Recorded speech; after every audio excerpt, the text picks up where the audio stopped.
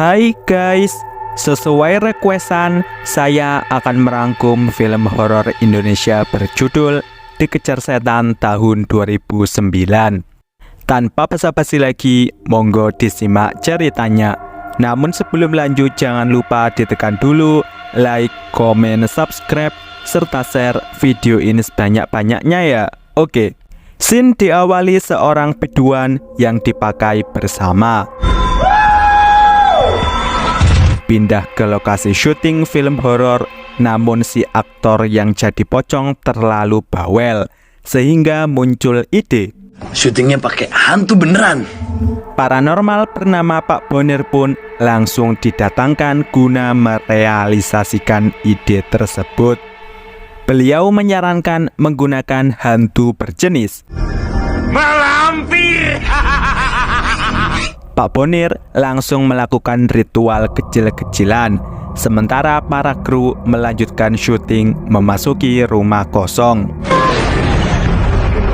Hantu yang dimaksud nggak kunjung datang, malah Pak Bonir kesakitan dan langsung kabur. Opsi selanjutnya adalah menggunakan hantu editing animator, minus harganya mahal.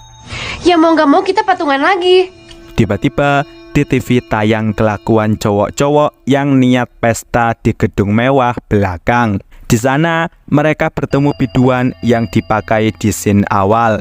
Ujung-ujungnya malah ditumbangkan. Kepleset, bukan salahku, tapi anak aku tolong. Analisis awal, kejadian tersebut barusan dilihat Pak Bonir, sehingga beliau kabur duluan. Untuk mencari kebenarannya, mereka setuju menanyakannya langsung. Di tengah jalan, mereka dicegat warga karena Justru mayatnya Pak Bonir yang ditemuin warga. inilah wujud terakhir beliau. Pindah ke Jafir yang habis mandi. Ia melihat kamera nyala sendiri. Baterai dilepas pun kamera tetap nyala.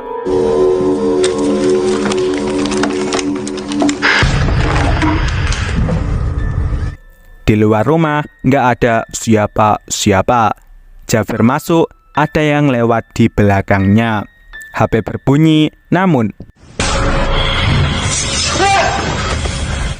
sesuatu di belakang pintu membuat Jafir sembunyi di kamar mandi. Ia menemukan rambut, kemudian dikejutkan sosok tangan. Jafir pun dinyatakan tumbang. Karena masih janggal, teman-teman mendatangi paranormal baru bernama Bu Nuning. Rido yang di toilet menemukan tetesan air kehidupan di langit-langit yang ternyata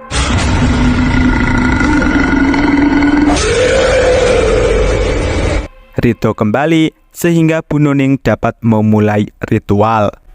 Masing-masing dari mereka saling hisap asap, sementara Bu Nuning fokus menerawang.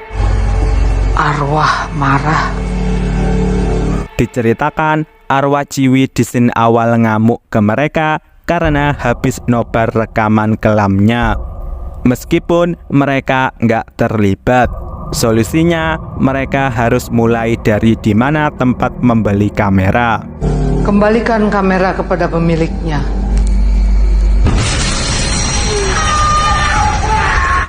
Seketika situasi chaos. Mereka menyelamatkan diri ke mobil, namun malah bertemu sosok Pak Bonir.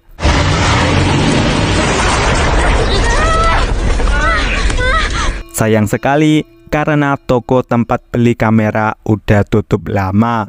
Diceritakan pemiliknya udah sakit-sakitan. Mau nggak mau, mereka pulang dengan tangan hampa. Rido pulang disambut Alin. Ia langsung ke dapur menawarkan kopi, padahal Alin masih posisi belanja di luar. Aku tuh lagi di supermarket. Dengan rasa penasarannya, Rido ngecek ke dapur, apen-apen memberikan gula. Kamu bukan Lina. Niat menyelamatkan diri, pintu terkunci. Rido pun sembunyi di kolong meja.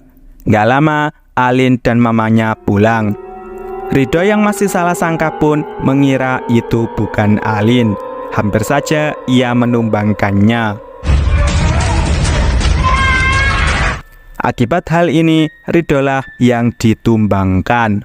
Hari berikutnya, mereka berhasil bertemu si penjual kamera guna menanyakan pemilik sebelumnya.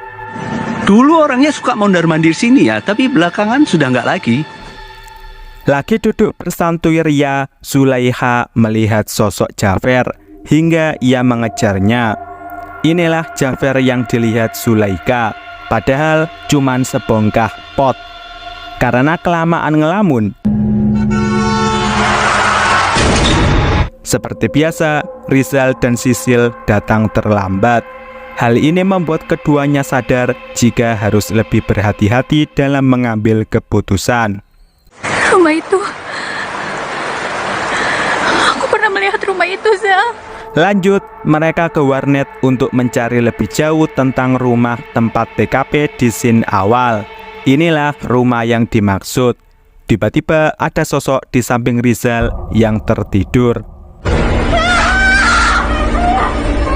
Menggunakan mobil, penelusuran pertama dilakukan. Namun berbagai sosok mengganggu membuat Rizal hilang konsentrasi.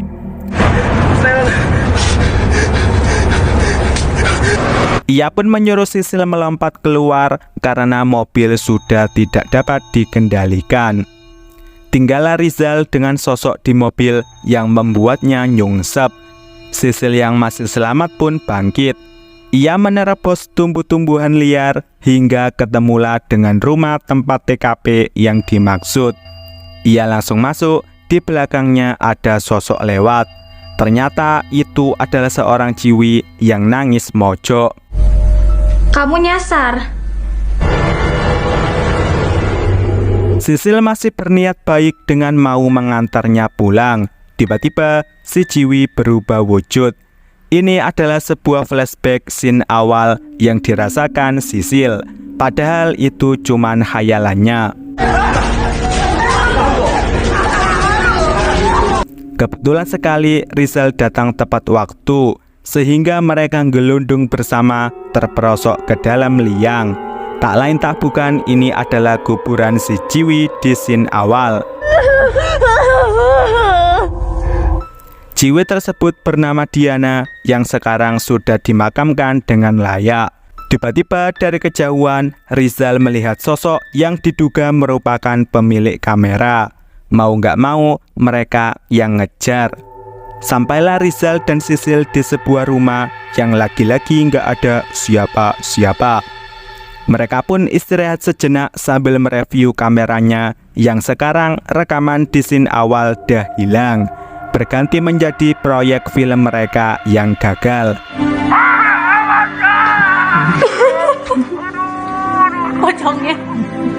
Dari sini, keduanya udah tenang karena semuanya selesai. Singkat cerita, Rizal bangun duluan. Ia ke depan meregangkan otot. Disinilah Rizal melihat si pemilik kamera sehingga kembali mengejarnya. Sementara Sisil bangun-bangun melihat kamera nyala, memperlihatkan nasib para pelaku di scene awal. Tak sengaja, sepeda Rizal jungkir sehingga ia terlempar ke sungai. Sementara itu, kamera terangkat sendiri membuat Sisil panik. Seperti biasa, pintu terkunci. Sisil pun memilih bersembunyi di balik sofa. Disinilah ia melihat kaki ngawang, padahal nggak ada siapa-siapa. Sisil menyelamatkan diri, namun tertujup linggis. Kebetulan sekali Rizal kembali. Namun Sisil melihatnya dengan sosok yang lain. Hal ini membuat Sisil melawan dengan menujupkan linggis. Di ending, Sisil mengembalikan kameranya di toko awal. Film pun berakhir. Oke, film ini mendapat 5,4 dari IMDb. Untuk rating versi saya beri nilai 6,0. Sampai di sini rangkum film Dikejar Setan tahun 2007 dan see you next video.